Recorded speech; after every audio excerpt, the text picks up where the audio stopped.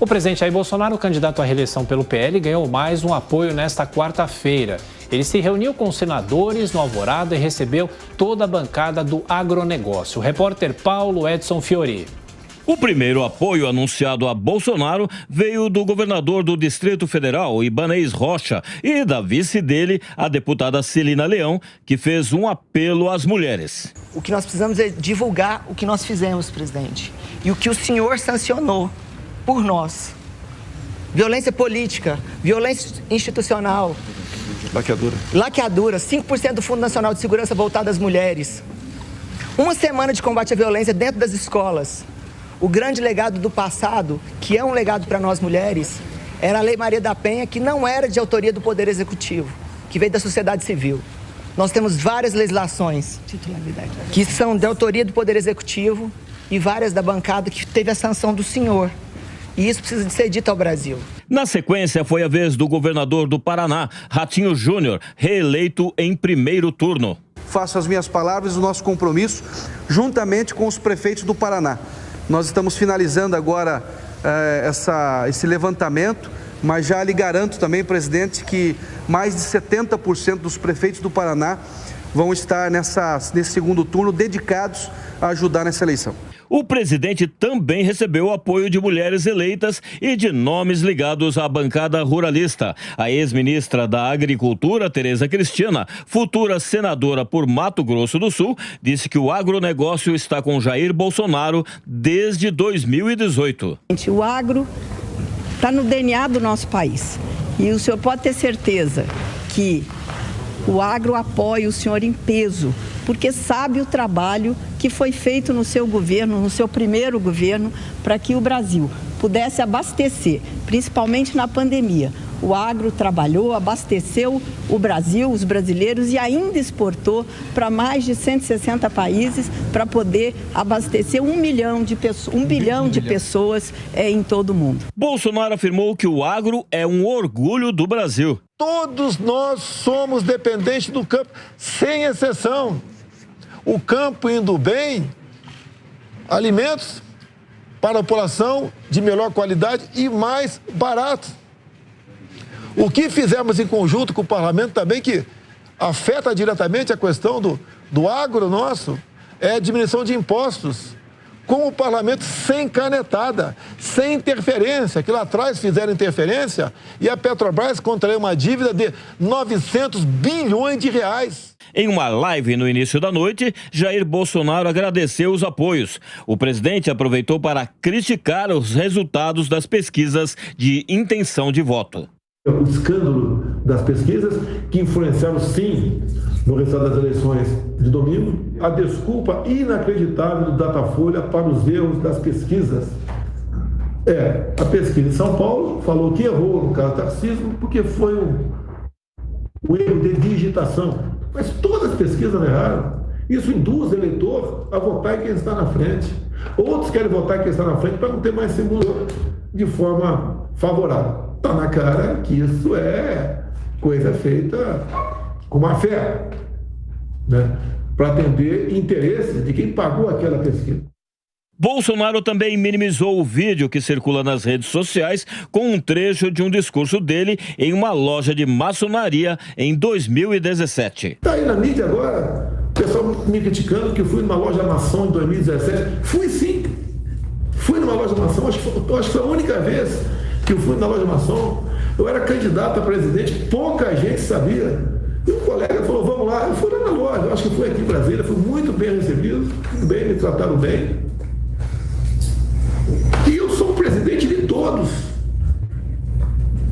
E ponto final. Fui de novo? Não fui. Agora sou o presidente de todos.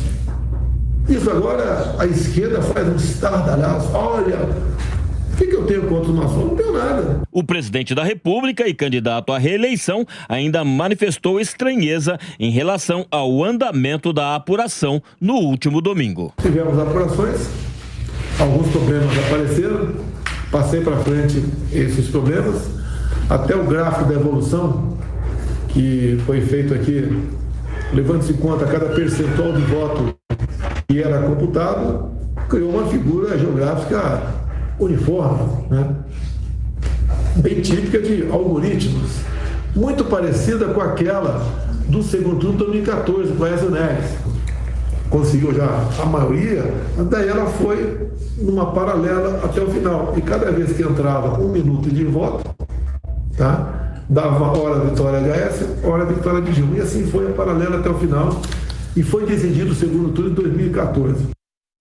Bom, o giro dos nossos comentaristas. Agora há pouco falamos também dos apoios ao ex-presidente Lula e agora os apoios ao presidente Jair Bolsonaro. Ricardo Salles, quais são esses pesos de apoios para o segundo turno? Claro que nunca há uma transferência imediata de votos, por exemplo, de Simone Tebet para Lula, no caso, mas, de qualquer forma, o peso desses apoios para o segundo turno agora. 1 minutinho, por favor.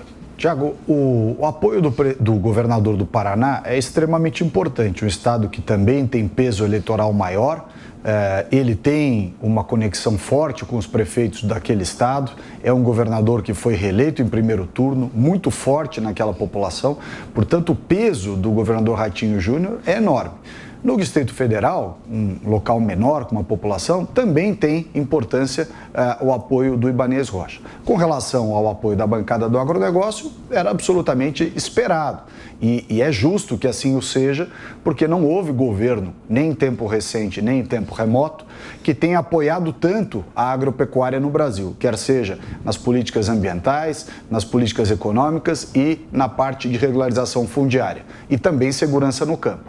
Por outro lado, quando a gente vê os apoios que foram dados ou estão sendo conseguidos por Lula, são apoios mais vazios. Por exemplo, Simone Tebet. Ela não tem ascendência sobre o seu eleitorado. O seu eleitorado é composto por pessoas que decidem elas próprias que votos, para quem darão os seus votos. Da mesma forma, os eleitores de Ciro Gomes e também de Luiz Felipe Dávila e Soraya Tronic. Portanto, Bolsonaro tem conseguido apoios mais consistentes. Dos apoios consistentes de Lula, o mais relevante é o do governador do Pará, Helder Barbalho. Mas ainda assim, é um governo importante diante de 7 governadores importantes que declararam apoio ao presidente Jair Bolsonaro. E em 1 minuto também, Diogo, falando sobre o setor do agro, que é bem grande, ele tem maior aliança com o presidente Bolsonaro, porque Lula estaria também conversando com empresários do setor, e essa aliança pode acabar sendo dividida de alguma forma?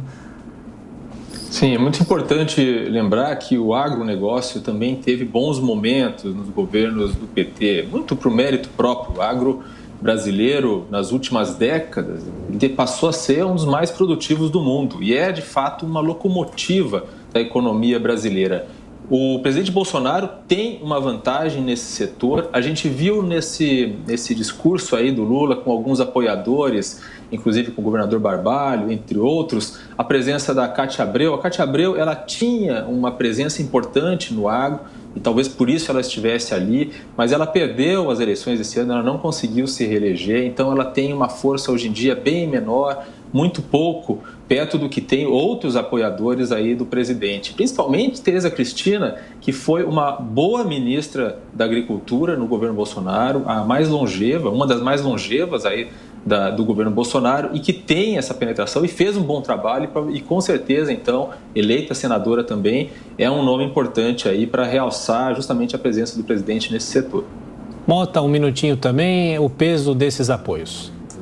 É um peso muito grande, é um Brasil produtivo, Brasil que gera empregos, a maioria desses políticos são políticos experientes, à frente de estados com economia pujante. A declaração da ex-ministra da Agricultura é muito importante, ela representa o setor do agro, que é sempre bom lembrar, alimenta hoje 1 bilhão de pessoas ao redor do mundo. As ideias do PT para o agro são desastrosas. Vamos lembrar a declaração do candidato do PT que coloca o MST no centro da história. Imagine nós substituirmos o setor do agro do Brasil e colocando o MST à frente desse projeto. O histórico da esquerda na agricultura é desastroso. Nós poderíamos aqui ficar falando o dia inteiro sobre isso.